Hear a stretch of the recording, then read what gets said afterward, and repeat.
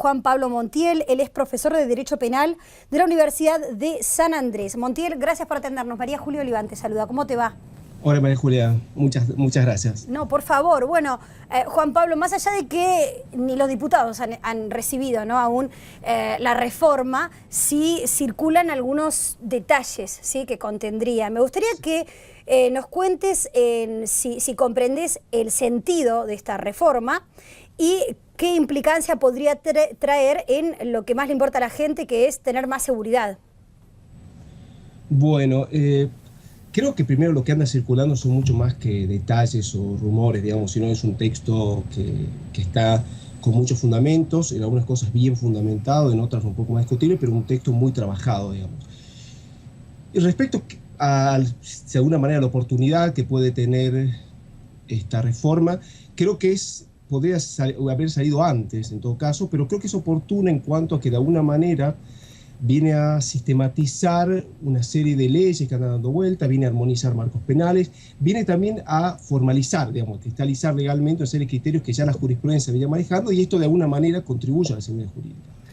En lo último que me preguntás, con la seguridad, yo creo que se está desenfocando la importancia que puede tener este proceso de reforma, principalmente porque se le está atribuyendo o se le pretende atribuir una función para mejorar los índices de seguridad que ninguna ley penal puede mejorar, digamos. Es decir, creo que está súper probado que hay otros factores que inciden mucho más que si metemos más o menos pena a la hora de disminuir la criminalidad. Bueno, justamente ese es un punto central, ¿no?, en la construcción del sentido común sobre la inseguridad y la seguridad y sobre qué hacer con ella, porque el ciudadano común supone que a más penas o a penas más severas, más posibilidad que el crimen sea más contenido, que los culpables cumplan con sus penas y que haya menos, ergo que haya menos delitos. Vos estás diciendo que hay otros factores que incidirían en eso, en esa baja. Sí, digamos, esto está pero abundantemente comprobado, y esto es algo que me preocupa porque la clase política no está dándose cuenta de esto, o no, o en algunos casos no quiere darse cuenta, no sé bien cómo será, y es que hay abundante evidencia empírica que nos dice que lo que incide en los índices de criminalidad no es la pena en sentido abstracto, o la pena que aparece en la ley, sino las probabilidades de que esa pena sea aplicada. Esto implica las probabilidades de que esa persona sea detenida y que esa persona sea finalmente juzgada y condenada.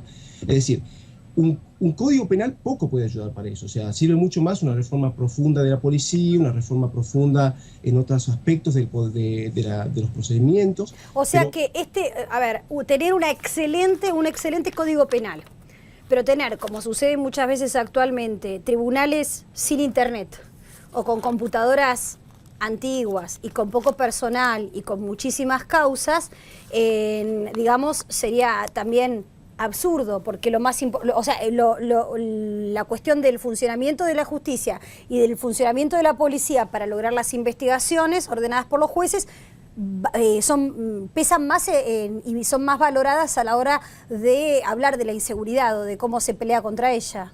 Sí, es decir, exactamente. Es decir, yo no hablaría incluso de si son más o menos valoradas. Esto está comprobado. Hay estudios empíricos que dicen que incide mucho más un buen funcionamiento de la policía, y esto implica una reforma profunda de capacitación, mejores salarios, etcétera, etcétera, y otros aspectos que vienen al margen del derecho penal. Es decir, una ley penal puede ayudar, eso es innegable.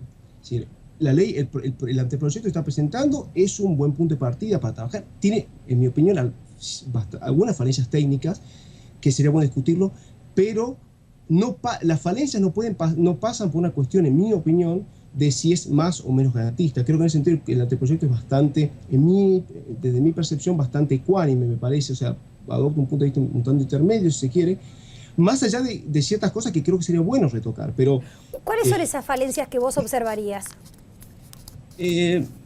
Más que nada lo que hay, por ejemplo, no sé, en algunos delitos específicos, creo que hay algunos problemas técnicos, o sea, de problemas de redacción. Por ejemplo, pienso, no sé, en delitos contra la propiedad intelectual, delitos informáticos.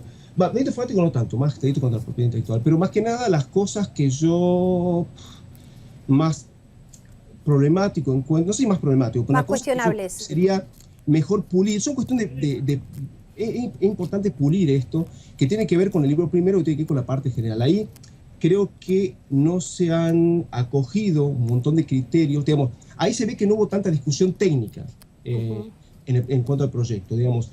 No estoy diciendo la parte general de los fundamentos de la reforma, me estás hablando. Exactamente, sí, la parte general del Código Penal, digamos, que habla de los principios que son aplicables a todos los delitos.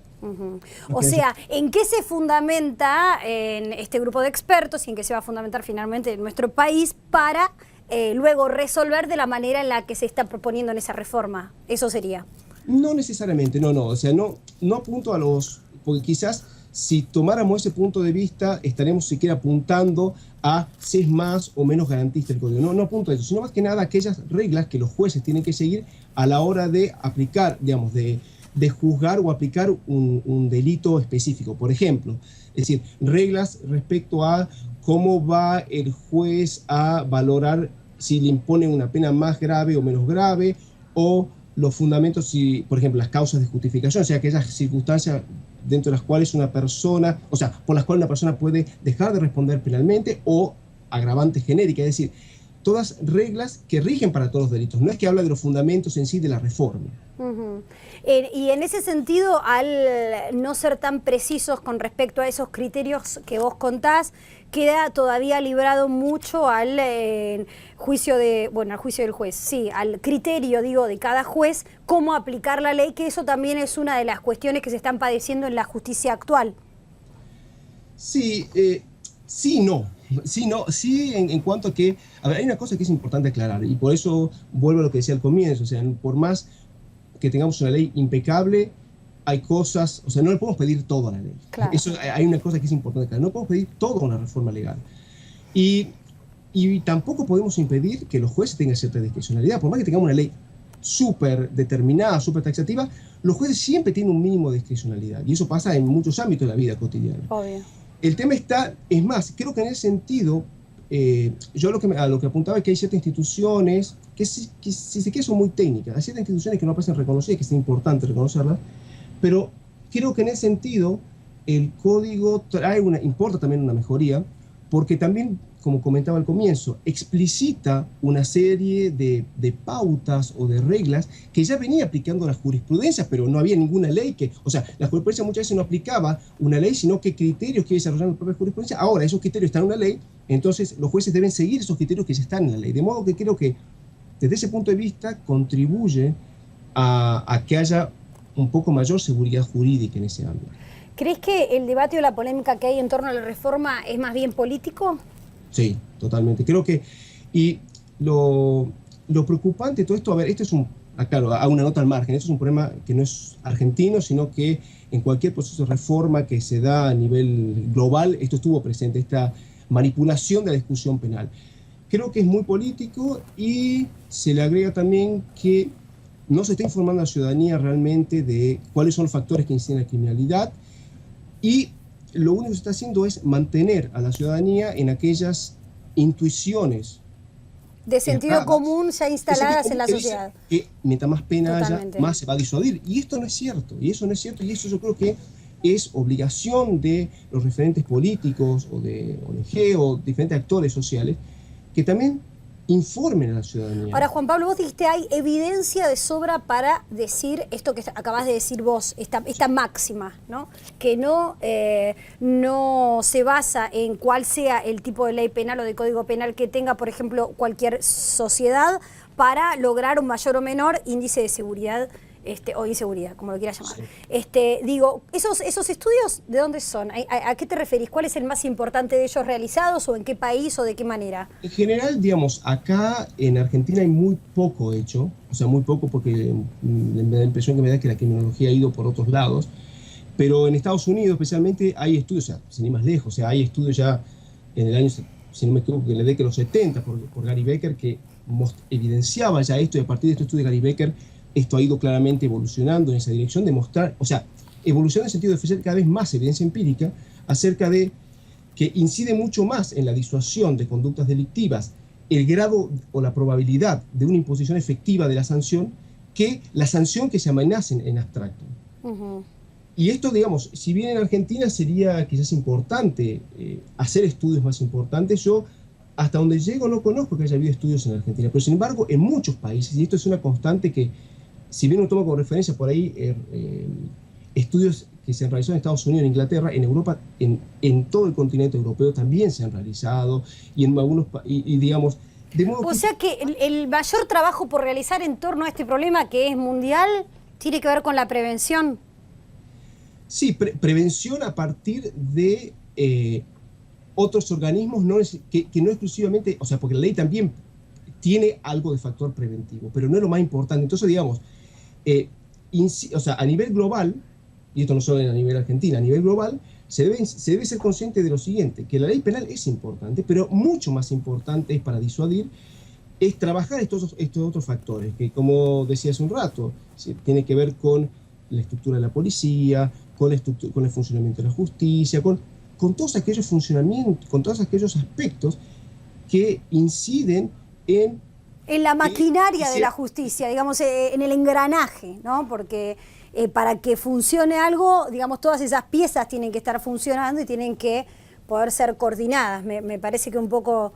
Sí, coordinada, pero reitero, no es solo un problema de la justicia como poder judicial, claro, es claro. mucho más amplio, que a ver, hay variables que inciden muchísimo, hasta, digamos, es curioso que hasta la arquitectura de ciertos lugares, incluso hay estudios que también tratan de mostrar cómo un determinado tipo de arquitectura puede incidir en lugares públicos para la prevención de la criminalidad, cosas que está todavía por estudiar, pero lo que voy es que quiero resaltar que no es tan simplista, no es tan sencillo como se lo está planteando, y por eso hay cierta manipulación política. Se piensa que la ley penal va a cambiar todo, que si tenemos una pena de muerte, una pena de reclusión perpetua, vamos a tener mucha más seguridad que si no tuviésemos, y eso no es cierto. Bien.